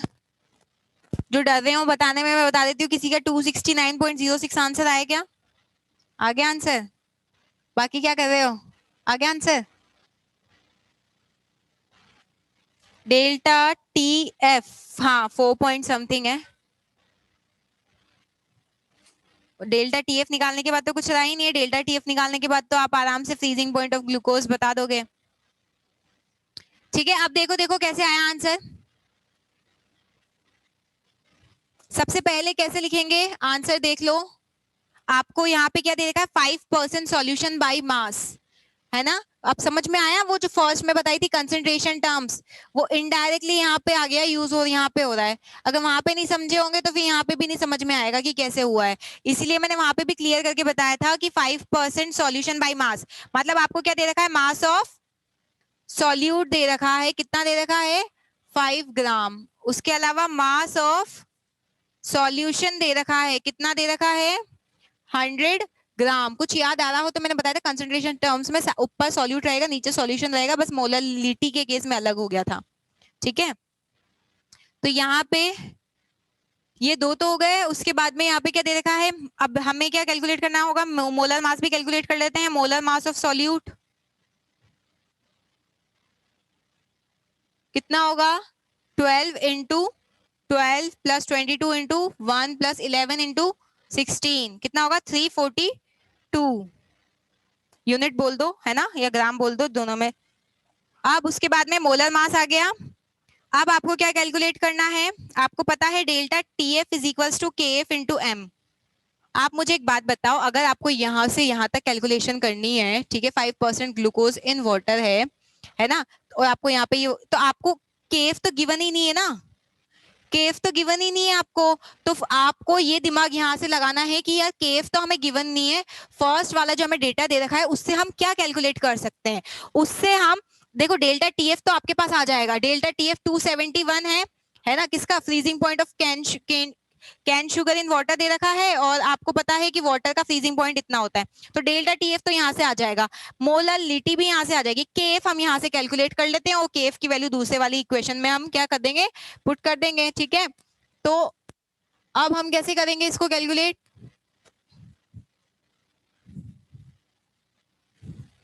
आपको ही दिमाग लगाना है कि किस तरह से ये क्वेश्चन पूछा गया है बोर्ड में, स्टार मार्क लगा लो। अभी नहीं बन पाया, बोर्ड में अगर आ जाए तो बना देना इस टाइप का क्वेश्चन। ठीक है, हाँ, उसके बाद आपको दे रखा है डेल्टा टीएफ। डेल्टा टीएफ कैसे कैलकुलेट करोगे, 273.15 माइनस 271 इज इक्वल्स टू कितना हो जाएगा, केएफ तो हमें कैलकुलेट करना ही है, molarity 5/342 divide by mass of 100 into 1000। तो यहां से केएफ की वैल्यू क्या आई थी कैलकुलेट करके, 14.7 आई होगी, 14.7 केल्विन केजी पर मोल, 14.7 के अराउंड ही आई होगी क्या। अरे सो सॉरी, मैंने मास ऑफ सॉल्वेंट आएगा यहाँ पे। हाँ हाँ हाँ, मास ऑफ सॉल्वेंट 95, ठीक है। मास ऑफ सॉल्वेंट आता है यहाँ पे डिवाइड में।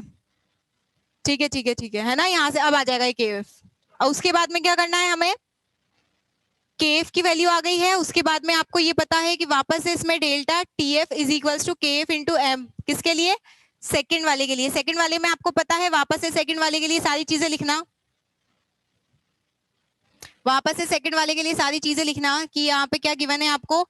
मास ऑफ सॉल्यूट पता है 5 ग्राम, उसके बाद क्या दे रखा है, मास ऑफ सॉल्यूशन पता है 100 ग्राम। तो मास ऑफ सॉल्वेंट आपके पास है, आ ही जाएगा। ये सब चीजें वहां पे मेंशन करना एग्जाम में। मास ऑफ सॉल्वेंट कितना है, 95 ग्राम। डायरेक्ट ये सब मत लिख के आ जाना, डायरेक्ट ये कैलकुलेशन मत करके आ जाना, ठीक है। ये सब जो जो गिवन होगा वो सब लिखना। उसके बाद में आपको क्या दे रखा है, मोलर मास कैलकुलेट कर लोगे ग्लूकोज का, अभी किया था, कितना आया था 180, ठीक है। अब आपको क्या पता है कि भाई डेल्टा टीएफ आपको कैलकुलेट करना है केएफ इंटू एम। केएफ आपको पता ही है 14.7। एम कैसे करोगे, वही सेम जो ऊपर हमने कैलकुलेशन की थी, बस यहाँ पे डिवाइड में आपको ध्यान में रखना है कि ग्लूकोज का मोलर मास लिखना है, divide by mass of solvent होता है ना, सिर्फ बताया था, बाकी सब में सॉल्यूशन आता है, सिर्फ और सिर्फ इसमें सॉल्वेंट आता है। 95 इंटू 1000, यहाँ से डेल्टा टीएफ कितना आया था निकल के, 4.08 करके आएगा यहाँ पे कुछ। डेल्टा टीएफ किस में आएगा, ये केल्विन में आएगा, ठीक है। अब आपको पता है, हाँ केल्विन में, क्योंकि हमने केएफ भी तो केल्विन में ही रखा है ना, इसीलिए। केएफ डेल्टा टीएफ कितना आ रहा है, 4.09, ठीक है। अब आपको क्या करना है, यहाँ से calculate freezing point of glucose in water, है ना। मतलब आपको क्या करना है, टी एफ कैलकुलेट करना है। और टी एफ कैसे कैलकुलेट करोगे, फॉर्मूला आपको पता ही है, T F is equals to T F not minus T F.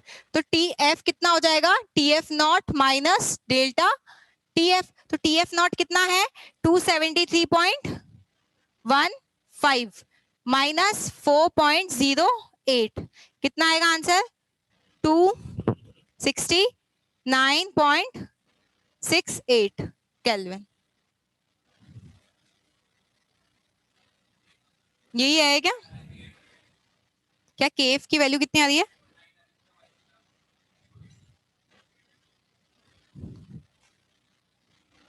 नहीं नहीं नहीं, केएफ की वैल्यू 14.7 ही है, 14.7 ही करके आएगा क्या, केएफ की वैल्यू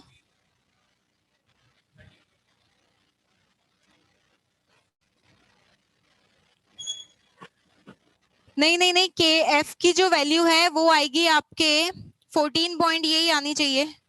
बोलो, अच्छा हाँ, आप थोड़ा सा वो बोल रहे हो कि अगर हमने यहाँ पे जो है 95 ले लिया है तो थोड़ा सा चेंज हो जाएगा उसमें, हाँ हाँ हाँ, तो थोड़ा सा चेंज हो जाएगा ये, फिर ये कितना हो जाएगा, हाँ हाँ हाँ हाँ, वो सबसे बेस्ट है, वो सबसे बेस्ट है कि केफ यहाँ से सॉल्व ही मत करो, केफ यहाँ पे रख दो डायरेक्ट ही, तो क्या हो जाएगा कि कैंसिल आउट हो जाएगा, है ना। ठीक है, यहाँ से कितना आता, 13 पॉइंट समथिंग आता, 13.97, ठीक है, अप्रोक्स 14 के अराउंड आएगा, यहाँ पे भी 13.97 कर लेना। फिर यहाँ से कितना आएगा, 4.06, ठीक है, बाकी यहाँ पे 6 कर दो, ठीक है, बाकी यही है ना, 0.6869, ठीक है। थोड़ा बहुत कैलकुलेशन का ध्यान रखना। नेक्स्ट क्वेश्चन लिखेंगे, हाँ 13.9 आएगा, ठीक है ठीक है ठीक है ठीक है। उसके बाद में नेक्स्ट क्वेश्चन लिखो, टू एलिमेंट्स, नोट डाउन कर लो जल्दी से, उसके बाद लिखो two elements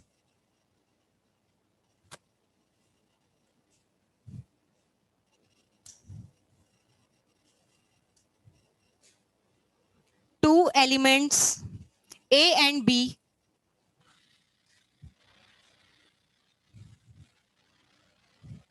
two elements A and B form compounds having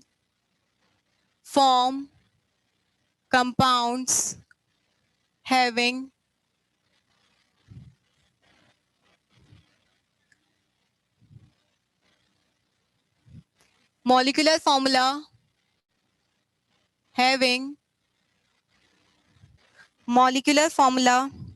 AB2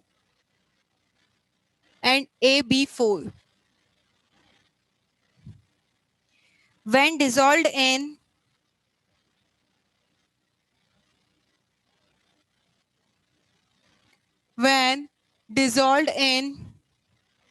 20 gram of benzene,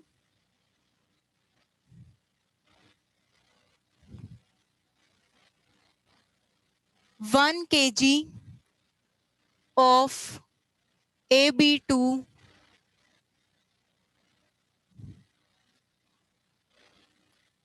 lowers the freezing point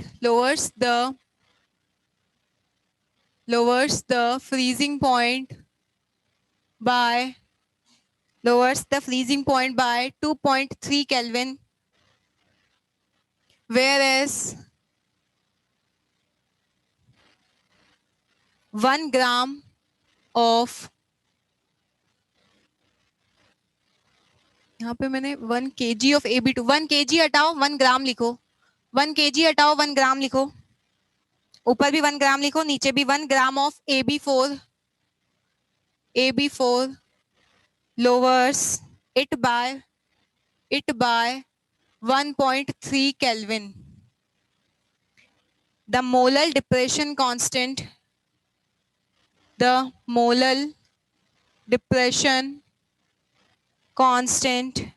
for benzene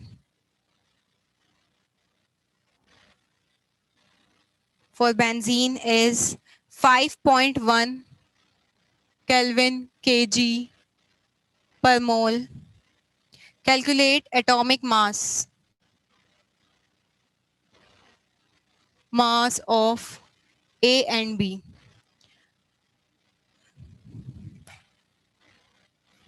आप लोगों को बस इतना यहाँ पे दिमाग लगाना है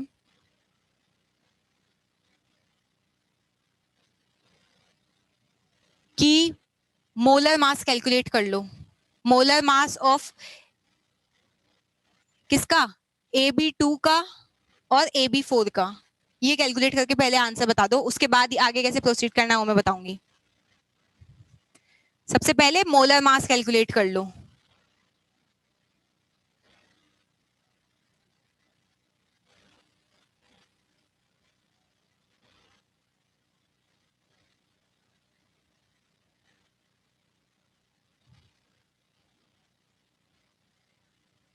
देखो आपको पता है कि बेंजीन सॉल्वेंट है, ठीक है, बेंजीन सॉल्वेंट है, सॉल्वेंट का मास गिवन है आपको 1 ग्राम ऑफ AB2 है ना, तो मतलब कि यहाँ पे AB2 louvers the freezing point, मतलब AB2 यहाँ पे सॉल्यूट है। AB2 क्या है? सॉल्यूट। तो फॉर्मूले में मोल्स आते हैं ना, मास अपॉन मोलर मास, तो AB2 का मोलर मास से कैलकुलेट कर नहीं पाओगे ना, तो वो डेल्टा TF वाला फॉर्मूला लगा के, तो आपको सॉल्यूट का क्या दे रखा है? मास दे रखा है, ठीक है, और यहाँ पे लोअर्स कर रहा है फ्रीजिंग पॉइंट इतने से, मतलब ये क्या दे रखा है? डेल्टा TF गिवन है, डेल्टा TF गिवन है, और क्या दे रखा है? KF गिवन है। अब तो कर लो, मोलालिटी कैलकुलेट करनी है, मोलालिटी में मास कैलकुलेट करना है। डेल्टा TF गिवन है आपको क्वेश्चन पढ़ो, एक तो डेल्टा TF गिवन है और आपको KF गिवन है, मोलालिटी में भी सारा कुछ गिवन है, सिर्फ और सिर्फ मोलर मास कैलकुलेट करो AB2 और AB4 का। AB2 का 11 नहीं 110, आपने शायद पॉइंट गलत, हाँ 110.86, ठीक है, और दूसरे वाले का कैलकुलेट करके बताओ।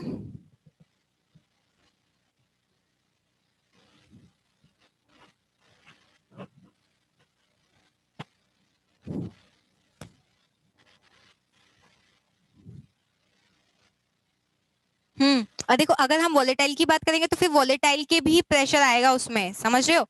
अभी हम नॉन वॉलेटाइल सॉल्यूट को लेकर ही हमने ये चार क्वालिटेटिव प्रॉपर्टीज डिस्कस की हैं, फिर नॉन वॉलेटाइल में लेवल अप हो जाता है, वो नहीं है आपके एनसीईआरटी में, ठीक है।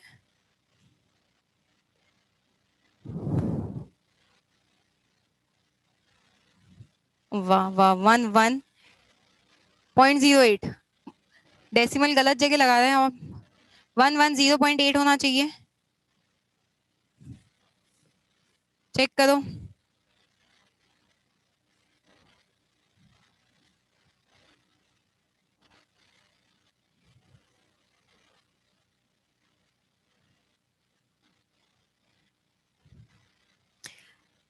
AB4 का कितना आया? 196.1, वेरी गुड। अब पता है ना कैसे कैलकुलेट करोगे? अब आगे आगे आपको क्या करना है, एटॉमिक मास निकालना है ए और बी का। तो ए का सपोज ए मान लो, और किसका ए बी, ट्वाइस ऑफ, हाँ लीनियर इक्वेशन बनेगी, ए का एटॉमिक मास ए मान लो, और कैसे कैलकुलेट करते हो वो, और जो यहाँ पे कांस्टेंट रहता है उसके साथ में मल्टीप्लाई कर देते हो, ठीक है। तो यहाँ पे AB2 का दो इक्वेशन बनेगी, A + 4B is equals to, और यहाँ पे AB2 इनके मासेस लिख देना जो आपके कैलकुलेशन करके आए हैं। हाँ पूरा सॉल्व करके बताऊंगी ना मैं। ए और बी का बताओ कैलकुलेट करके। हाँ पूरा पूरा हिंट बता दिया, फिर भी नहीं किया कैलकुलेट आपने, ये बताओ। अच्छा ए आ गया 42.6 और बी आ गया 34 पॉइंट, एक नहीं नहीं ए गलत हाँ ए जो है वो 25 होना चाहिए, 25.59, और बी होना चाहिए 42.64, ठीक है। समझ में आया? ये क्वेश्चन पे स्टार मार्क करो, इंपॉर्टेंट क्वेश्चन है, पूछा गया क्वेश्चन है ये भी। हाँ हाँ हाँ बता रहे हैं अभी कैसे आया वो सारा एक्सप्लेन करेंगे अभी। आ गया? ठीक है। हाँ आपने एक ही का निकाला, एक ही AB2 ही कैलकुलेट किया है क्या? कुछ नहीं, वेरी गुड। आपको मोलर मास कैलकुलेट करने को बोला था, वो भी नहीं कैलकुलेट किया आपने? हाँ हाँ, तो उसके बाद फिर यहाँ पे वैल्यूज रखो ना उनकी, मोलर मास की, और फिर ए और बी की भी तो।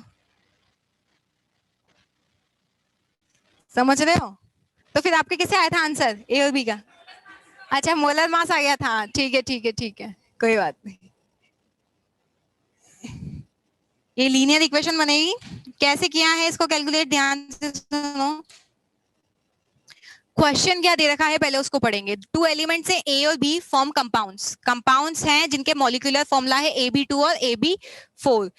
When dissolved in 20 gram of benzene, मतलब ये सॉल्यूट है जिनको आप क्या कर रहे हो, डिसॉल्व कर रहे हो। किसमें डिसॉल्व कर रहे हो?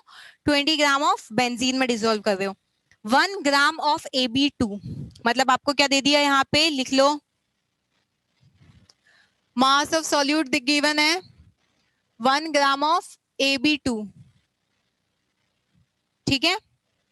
ये चीजें जो जो गिवन है ना वो लिख लिया करा करो।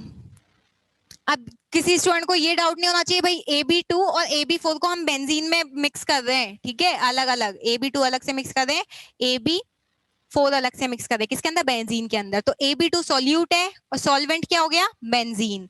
ये दिमाग में रखना कि सॉल्यूट क्या है, सॉल्वेंट क्या है, ठीक है। यहाँ देखो, when dissolved in 20 gram of benzene, समझ रहे हो?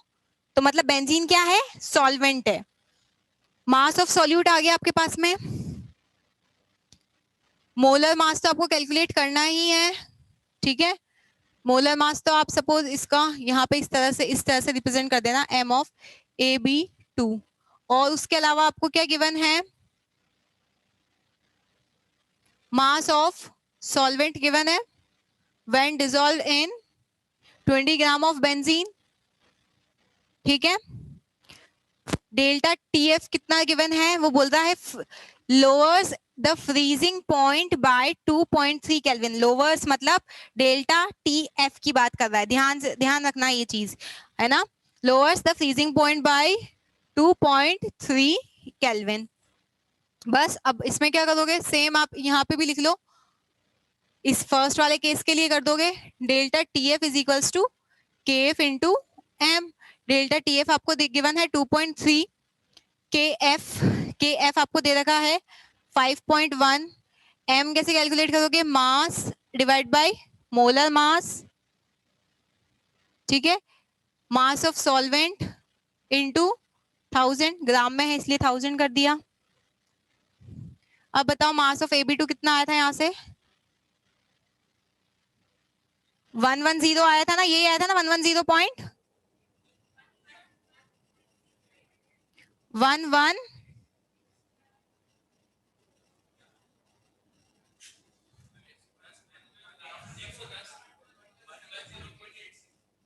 ठीक है, ठीक है। उसके बाद में सेकंड वाला केस, सेकंड केस के लिए क्या आया, हाँ हाँ, सेकंड वाले केस में भी आप यही लिखोगे, मास ऑफ सॉल्यूट कितना है, 1 ग्राम गिवन है, देखो यहाँ पे सेकंड वाले केस में भी 1 ग्राम गिवन है मास ऑफ सॉल्यूट, मोलर मास कितना गिवन है, AB4 मान लेते हैं, ठीक है। उसके बाद यहाँ पे बाकी तो सब चीजें सेम ही है,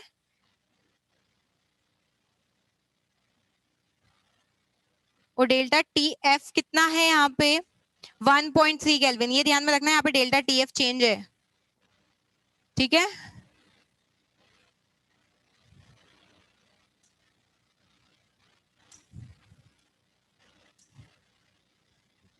दोनों को एक साथ में AB2 AB4 एक साथ में नहीं डाला है, अलग अलग दो अलग कंटेनर हैं, दोनों में अलग अलग तरह से हम कर रहे हैं, ठीक है, क्योंकि हम बाइनरी सॉल्यूशन की बात कर रहे हैं यहाँ पे, है ना। इस चैप्टर में सिर्फ बाइनरी वाले क्वेश्चंस ही आएंगे आपके। अब कैलकुलेट कर लो, delta TF is equals to, KF आपको गिवन है 5.1 इंटू 1 डिवाइड बाय, आपको मोलर मास तो कैलकुलेट करना ही है, इंटू उसके बाद कितना दे रखा है, मास ऑफ सॉल्वेंट दे रखा है 20 इंटू का 1000, कितना आया यहां से 196.15, ठीक है, ये हो गया इसका मोलर मास। आपको क्या कैलकुलेट करना है, मोलर मास थोड़ी कैलकुलेट करना है, एटॉमिक मास कैलकुलेट करना है ए और बी का, तो अभी देखते हैं बहुत जल्दी आंसर आ गया।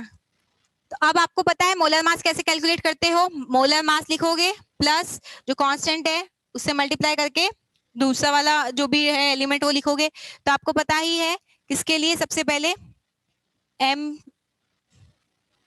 AB2 के लिए कैलकुलेशन कैसे करोगे, A प्लस 2B, सपोज यहाँ स्मॉल b मान लो, कोई दिक्कत नहीं है, स्मॉल कैपिटल जैसे ही मानना हो, कितना आया है 110.86, और सिमिलरली यहाँ पे क्या करोगे A प्लस 4B, वो कितना आया है 196.15। अब बताओ A और B की वैल्यू कितनी आ जाएगी, इन दोनों को इक्वेशन को सॉल्व कर लेना, 1 और 2 को, A कितना आया 25.6 और B कितना आया 42.76, कोई बात नहीं, 75 हो 76 एक ही बात है, एक ही बात है, ठीक है, क्लियर हो गया। ये इस टाइप से क्वेश्चन करना है आपको, स्टार मार्क लगा लो, पूछा जाता है क्वेश्चन, ठीक है। अब आ जाते हैं हम ऑस्मोसिस पे, ऑस्मोटिक प्रेशर, बस ऑस्मोटिक प्रेशर लास्ट है इसका, ऑस्मोटिक प्रेशर हो जाएगा आपका, उसके बाद रिवर्स ऑस्मोसिस, उसके बाद टाइप्स क्या है, हाइपरटोनिक हाइपोटोनिक, हाँ नहीं टाइम नहीं लगेगा, ऑस्मोसिस पढ़ रखा है कि नहीं पढ़ रखा है, क्या होता है ऑस्मोसिस,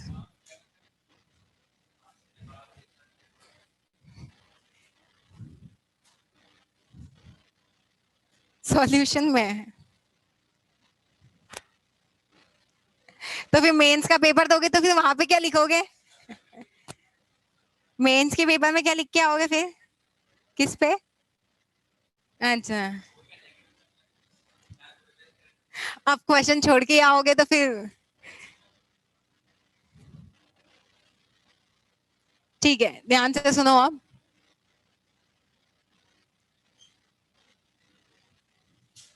ऑस्मोसिस, ध्यान से सुनो, ऑस्मोसिस क्या होता है, एक प्रोसेस है, एक स्पॉन्टेनियस प्रोसेस है ना, of it it is a spontaneous process of movement of solvent particles from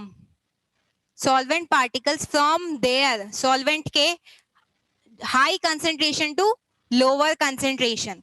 जहां पे एक देखो, दो चीजें होगी, कंफ्यूज हो जाओगे डेफिनेशन में। एक होता है कंसेंट्रेटेड, एक होता है कंसेंट्रेटेड सॉल्यूशन, एक डाइल्यूट सॉल्यूशन। कंसेंट्रेटेड मतलब सॉल्यूट बहुत ज्यादा है, पर मैं वहां उस कंसेंट्रेशन की बात नहीं कर रही हूं, मैं बोल रही हूं जहां पे सॉल्वेंट ज्यादा है वहां से वहां मूव करेगा जहां पे सॉल्वेंट कम हो, through a semi permeable membrane. वापस बता रही हूं, आप मुझे एक बात बताओ,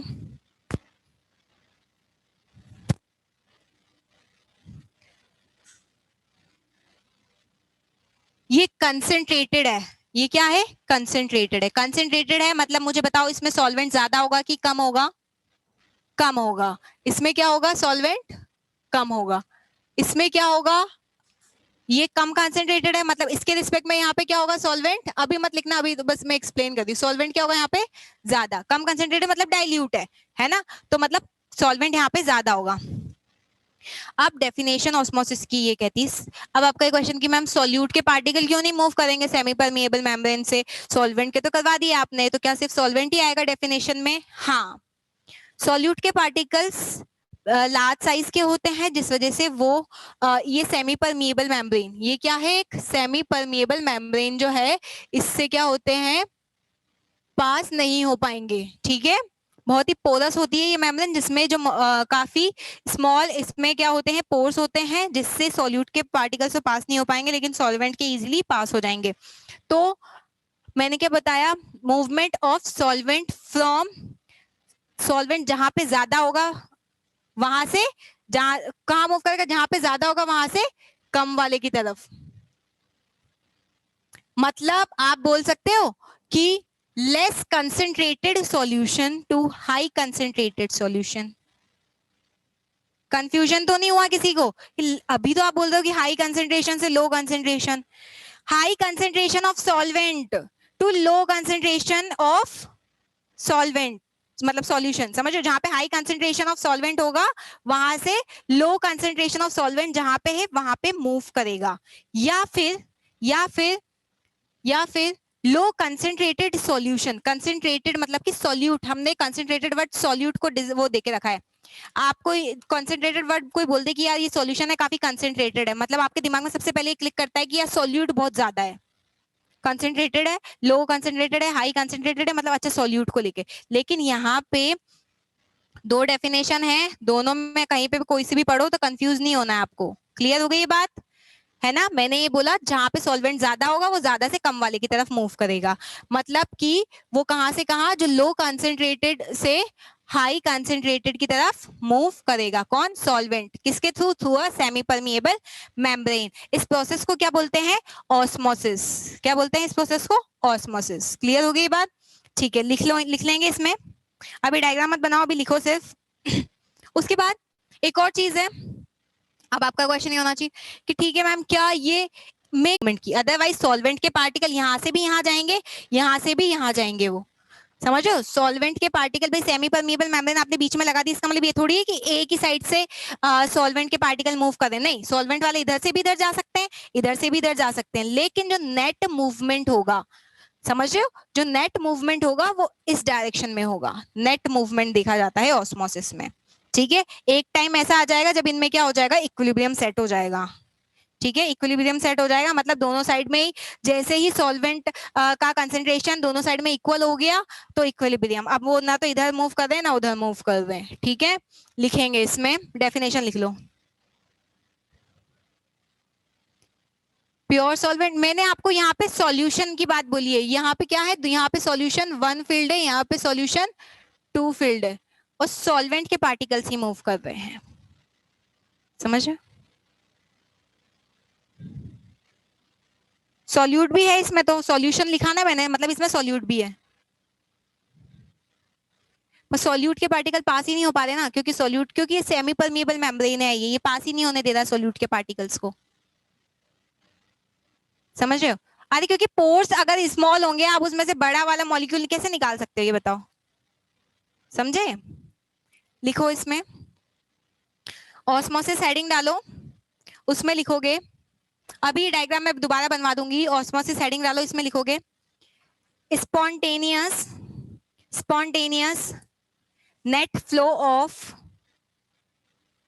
spontaneous net flow of solvent, spontaneous net flow of solvent particles, bracket लगाओ, low concentrated solution, bracket close करो, from solvent side, from solvent side, bracket लगाओ,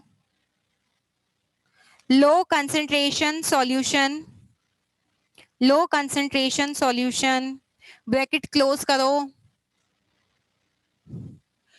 to to to high concentration solution side, to high concentration solution side, और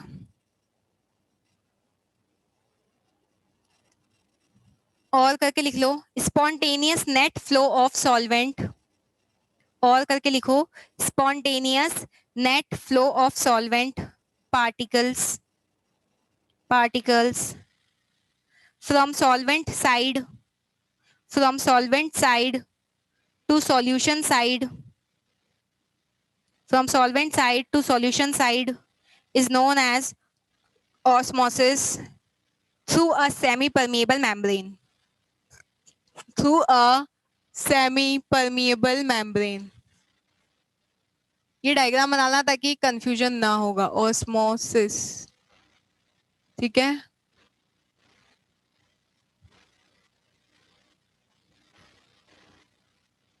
यहाँ पे suppose solution 1 है, यहाँ पे क्या है सॉल्यूशन 2 है। सपोज यहाँ पे मैंने क्या केस लिया था, C1 जो है वो ज्यादा है C2 से, मतलब भाई कंसेंट्रेशन ज्यादा है, तो यहाँ पे जो सॉल्वेंट है वो इस डायरेक्शन में, नेट फ्लो, फ्लो तो दोनों साइड में होगा लेकिन नेट फ्लो जो होगा वो इस डायरेक्शन में होगा, ठीक है। नेक्स्ट हम हेडिंग डालेंगे ऑस्मोटिक प्रेशर।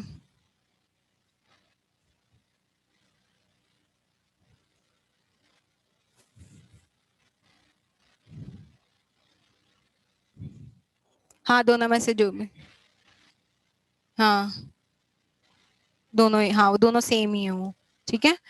हाँ अब यहाँ पे अगर मैं सॉल्यूशन 1 को सिर्फ और सिर्फ सॉल्वेंट ही लिख दूं तो किसी को कोई दिक्कत तो नहीं ना, कि भाई सॉल्यूशन 1 है सिर्फ और सिर्फ सॉल्वेंट ही लिख दिया मैंने, सिर्फ और सिर्फ सॉल्वेंट ही लिख दिया, तो यहाँ पे क्या है, मतलब यूं मान लो कि बहुत ज्यादा ही डाइल्यूट, मतलब एक तरह से अगर मैं यहाँ पे सॉल्वेंट से सॉल्यूशन साइड भी बोल दूं तो भी कोई दिक्कत नहीं होनी चाहिए कि भाई यहाँ सॉल्वेंट है जहाँ पे ज्यादा सॉल्वेंट है। सपोज यहाँ पे मैंने सिर्फ और सिर्फ क्या किया, सॉल्वेंट ही फिल करा, क्या किया, सिर्फ और सिर्फ सॉल्वेंट फिल किया। यहाँ पे क्या है, सॉल्यूट प्लस सॉल्वेंट है, तो भाई सॉल्वेंट जो होगा वो जहाँ पे ज्यादा होगा वहां से किसकी तरफ मूव करेगा, कम वाली तरफ मूव करेगा, ठीक है। तो कहीं पे सिर्फ और सिर्फ डेफिनेशन में सॉल्वेंट ही देख लो तो भी कोई दिक्कत नहीं है, दो डिफरेंट सॉल्यूशन भी हो तो भी कोई दिक्कत नहीं है।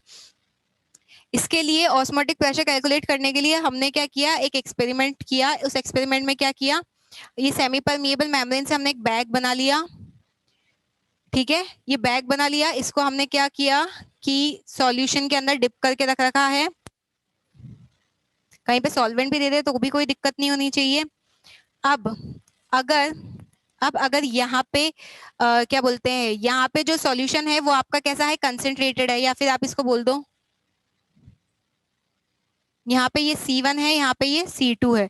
C1 जो है वो ज्यादा है C2 से, C1 क्या है, ज्यादा है C2 से। तो आप मुझे बताओ ये ज्यादा कंसेंट्रेटेड है, ज्यादा कंसेंट्रेटेड है मतलब इसमें सॉल्यूट ज्यादा है, सॉल्वेंट कम है। यहाँ पे सॉल्वेंट ज्यादा है, ज्यादा से किधर जाएगा, अंदर की तरफ जाएगा, कम वाले की तरफ जाएगा, ठीक है। अंदर कम, तो हम यह क्या करते हैं कि ऊपर एक कॉर्क टाइप लगा के रखते हैं, कॉर्क है ना।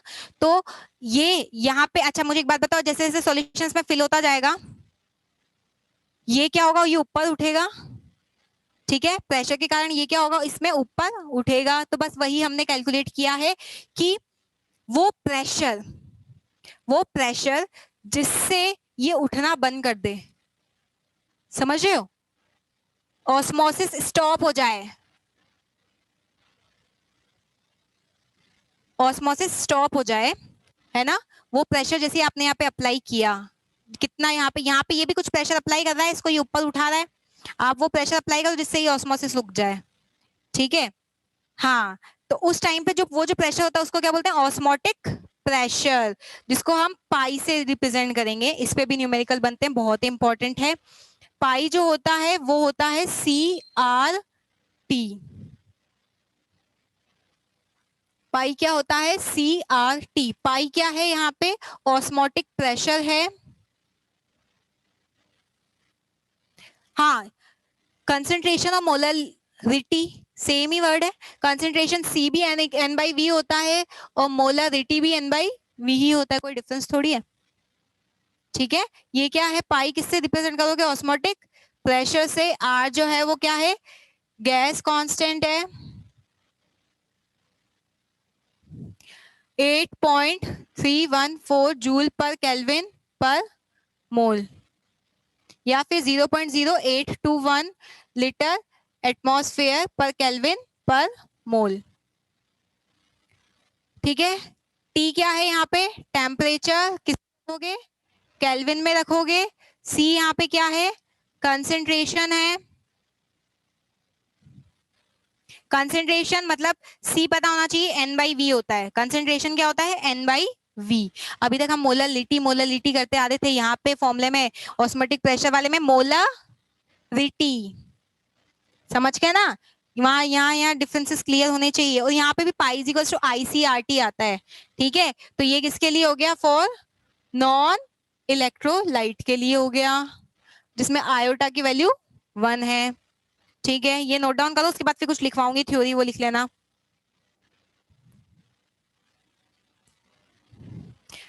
कोई बात नहीं, जल्दी से ऑस्मोटिक प्रेशर की डेफिनेशन लिखो।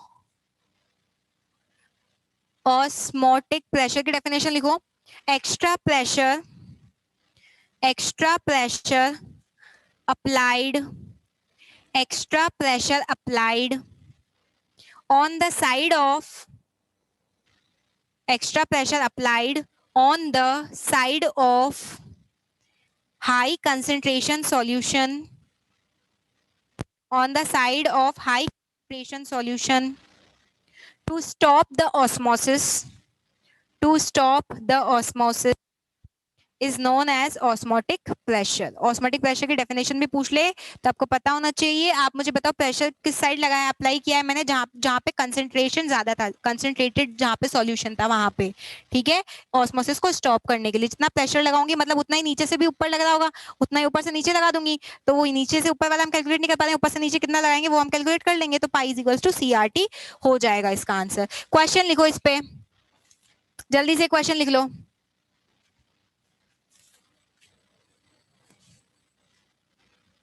चलो फिर कल ही क्वेश्चन करवाऊंगी मैं इस पे, ठीक है। हाँ, कल ये चैप्टर कंप्लीट हो जाएगा, तो कल हम लोग 3 चैप्टर कंप्लीट हो गए, NCERT डिस्कस करेंगे, ठीक है। स्टार्टिंग के हाफ एन आवर में NCERT डिस्कस करेंगे, उसके बाद सरफेस केमिस्ट्री स्टार्ट करेंगे, ठीक है। स्टार्टिंग के हाफ एन आवर, अगर कोई डाउट होगा तो ही हम आगे प्रोसीड करेंगे, अदरवाइज कोई डाउट नहीं होगा तो फिर मैं बताऊंगी भी नहीं। उसके बाद अलावा फिर डाउट क्लासेस वगैरह लगती हैं, तो आप डाउट क्लासेस पे अपने डाउट पूछ लेना, ठीक है। स्टार्टिंग में अगर आप देख लेना, है ना। तो कल स्टार्टिंग के हाफ आवर में